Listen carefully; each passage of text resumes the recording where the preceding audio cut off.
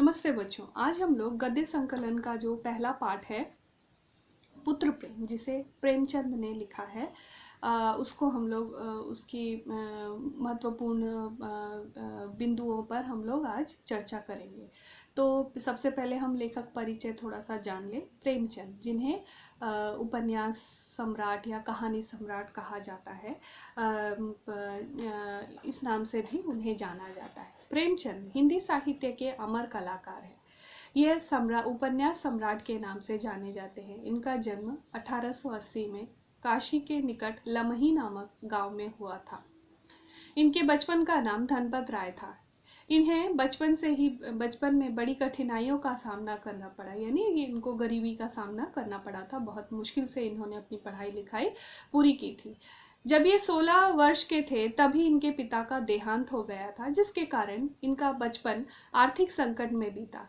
Tuition पढ़ाना और पढ़ना साथ साथ करना पड़ता था। मैट्रिक पास करने के बाद ही इन्हें एक प्राइमरी स्कूल में अध्यापक बनना पड़ा, यानी घर की ज़रूरत की वजह से ये अपनी आगे की पढ़ाई नहीं कर पाए। इन्हें बहुत ही कम उम्र में इनके पिता के गुजरने की वजह से इन्हें प्राइमरी स्कूल में नौकरी करनी पड़ी।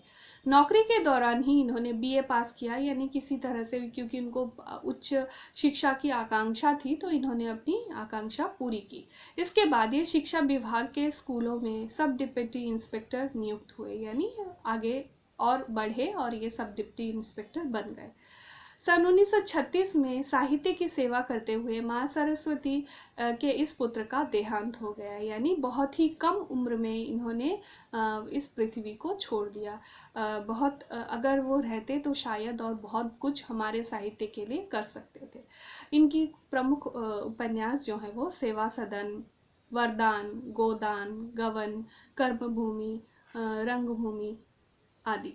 इनके कुछ नाटक हैं: करबला, संग्राम, प्रेम की बेदी, रूठी रानी आदि। कहानी लगभग 350 से भी अधिक कहानी इन्होंने मानसरोवर नामक 8 भागों में संकलित की गई है।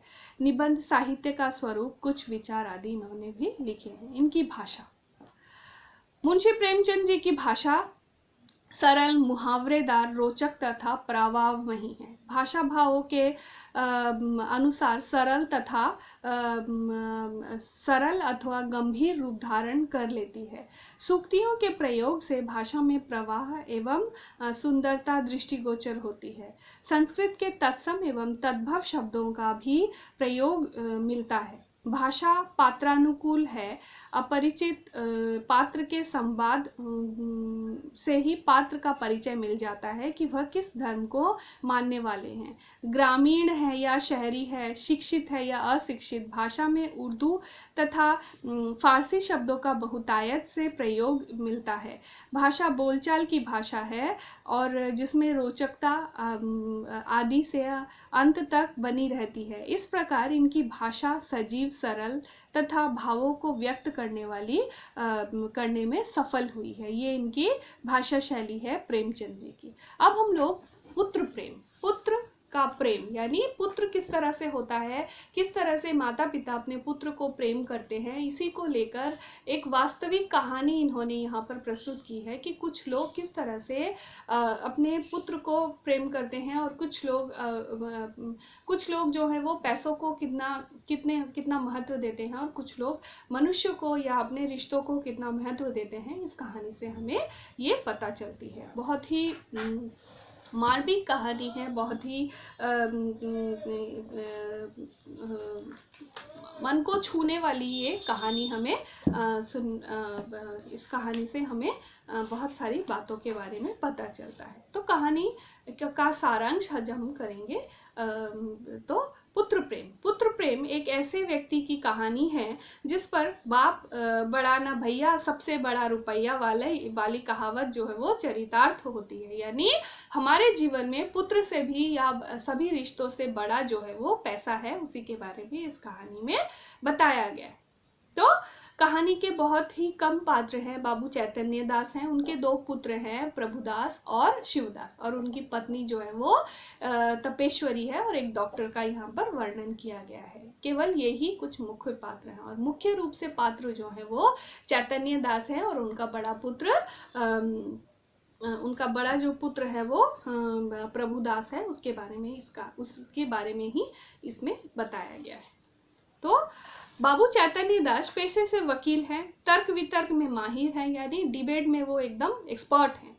उन्होंने अर्थशास्त्र पढ़ा है, अर्थशास्त्र पढ़ा है यानी उन्होंने इकोनॉमिक्स पढ़ा है। अर्थशास्त्र अर्थात धन का शास्त्र।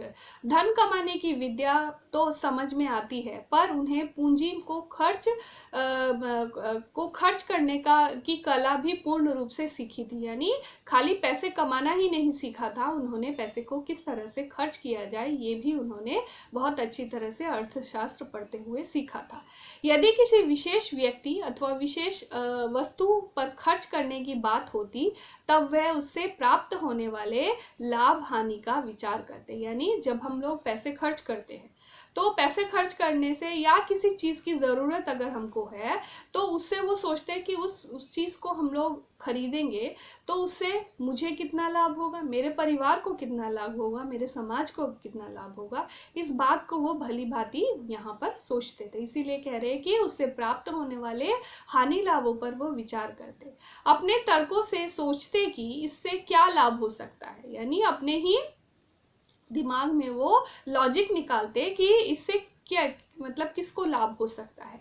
यदि वह खर्च लाभ नहीं देता है तब वह उस खर्च का निर्दयता से गला दबा देते हैं, यानी उस खर्च का गला दबा देते मतलब उस खर्च को छोड़ देते हैं, या उस ज़रूरत को वो किसी तरह से आई गई कर देते हैं, या किसी तरह से चलाने वाली बात होती है ना कि हम बहुत सारी चीज़ों की ज़रूरत है, हम किसी तरह से चला लेते हैं, कुछ चीज़ों को स्किप कर जाते हैं। तो यहाँ पर भी वही बात है कि उस खर्चे से किसी को लाभ होता है, अगर होता है तो कितने लोगों को लाभ होता है, इसको बहुत अच्छी तरह से वो सोचते थे, और जब देखते थे कि नहीं वो बहुत ज़्यादा लाभ देने वाला नहीं है तो वो उसका गला दबा देते थे। वे एक पैसा भी व्यर्थ व्यय करने को विषदान के सदृश समझते थे, यानी उनको लगता था कि व्यर्थ में अगर एक आना भी खर्च किया जाए तो वो एकदम जिंदगी का सबसे बेकार चीज है। बाबू साहब के 2 पुत्र थे, प्रभुदास और शिवदास, दोनों ही बुद्धिमान और होनहार, यानी बहुत ही इंटेलिजेंट बच्चे थे। चैतन्य दास प्रभुदास के से अधिक प्यार करते थे क्योंकि उसमें पढ़ने के प्रति अधिक लगन था। वे उसे इंग्लैंड भेजकर एक सफल और योग्य बैरिस्टर बनाना चाहते थे। उनके बड़े बड़े सपने अपने पुत्र के साथ जुड़े हुए थे, यानी वो बहुत सपने देखते थे, उनको लगता था कि उनका बड़ा पुत्र उनके सारे सपने पूरे करेगा, वो उसको इंग्लैंड भेजना चाहते थे पढ़ाने के लिए। बीए की परीक्षा देने के बाद प्रभुदास को ज्वर आने लगा, वो बीमार पड़ने लगा। 1 महीने तक रोज डॉक्टर आता, दवा देता, पर बुखार था कि उतरने का नाम नहीं लेता था, यानी वो ठीक नहीं हो रहे थे। धीरे धीरे उनकी शारीरिक शक्ति क्षीण होती गई, यानी वो धीरे धीरे और बीमार पड़ते गए और कमजोर होते गए। परीक्षा का परिणाम आया। प्रथम श्रेणी पर पास होने पर भी उनके मुख पर हर्ष का कोई चिन्ह नहीं दिखाई दिया, यानी फर्स्ट डिवीजन मिलने पर भी उनको कोई तसल्ली नहीं थी, उसको कुछ अच्छा नहीं लगता था। 2 महीने व्यतीत होने पर भी प्रभुदास की दशा में कोई सुधार नहीं हुआ, और इसी तरह से बुखार आता रहा, जाता रहा। रिजल्ट निकला, इतना अच्छा रिजल्ट हुआ, फर्स्ट डिवीजन उसको मिला था, लेकिन उसका बुखार जो है वो उतरता नहीं था। 2 महीनों तक उसमें कोई सुधार नहीं आया। डॉक्टर को शक था कि प्रभुदास को साधारण ज्वर नहीं, यानी तब तो टेक्नोलॉजी इतनी नहीं थी अच्छी कि तुरंत हर चीज़ को डायग्नोसिस कर लिया जाए, तो यहाँ पर भी वही हाल था कि डॉक्टर जो है वो थोड़े कंफ्यूज थे, उनको लग रहा था कि उनको शायद कोई ज़्यादा बहुत बड़ी बीमारी हो गई है। उन्हें राज्यक्षम अर्थात क्षय रोग हो गया था, यानी जिसको हम लोग बोलते हैं तपेदिक या टीबी, जिसे अंग्रेजी में ट्यूबरक्लोसिस कहते हैं। इसी रोग को तपेदिक भी कहा जाता है। तो डॉक्टर जो है वो शक कर रहे थे कि उसको शायद यही बीमारी है। डॉक्टर का कहना था कि अभी इसका प्रभाव फेफड़ों तक नहीं पहुंचा, यानी उसके लंग्स में इन्फेक्शन नहीं हुआ है, अतः दवा खाते रहने से स्वास्थ्य लाभ तो की आशा है, यानी दवा जो है वो कंटिन्यू करनी पड़ेगी और उनकी बीमारी जो है वो धीरे धीरे कम हो जाएगी। किसी सैनिटेरियम यानी पहाड़ी स्वास्थ्यालय में भेजने से ठीक हो सकता है, यानी अगर इसको किसी और जगह में हवा पानी बदलने के लिए भेज दिया जाए तो ये बीमारी जो है वो धीरे धीरे ठीक हो जाएगी। और जिसमें मानसिक परिश्रम से बचना भी ठीक होगा, यानी जितना तुम अगर वो प्रभुदास जो है जितना कम सोचेगा, जितना आराम करेगा, उतनी जल्दी वो ठीक हो जाएगा। चैतन्य दास निराश हो गए क्योंकि चैतन्य दास ने उसके लिए सपना देखा था कि वो एक बड़ा बैरिस्टर बनेगा, उसे वो इंग्लैंड भेजेंगे, तो उनका जो सारा सपना था वो टूट गया था और वो जो है बहुत ज़्यादा निराश हो गए थे। उन्होंने सोचा कि तब तो प्रभुदास का जीवन ही नष्ट हो गया। उन्होंने बहुत अच्छी तरह से टेक्निकली, बहुत ही प्रैक्टिकली कुछ नहीं सोचा, बस यही सोचा कि ये बीमार है, ये ठीक नहीं होगा, तो इसका जीवन जो है वो पूरी तरह से नष्ट हो गया। तो आज का पाठ यहीं तक। अच्छी तरह से रहना, ठीक से रहना, पढ़ना। धन्यवाद।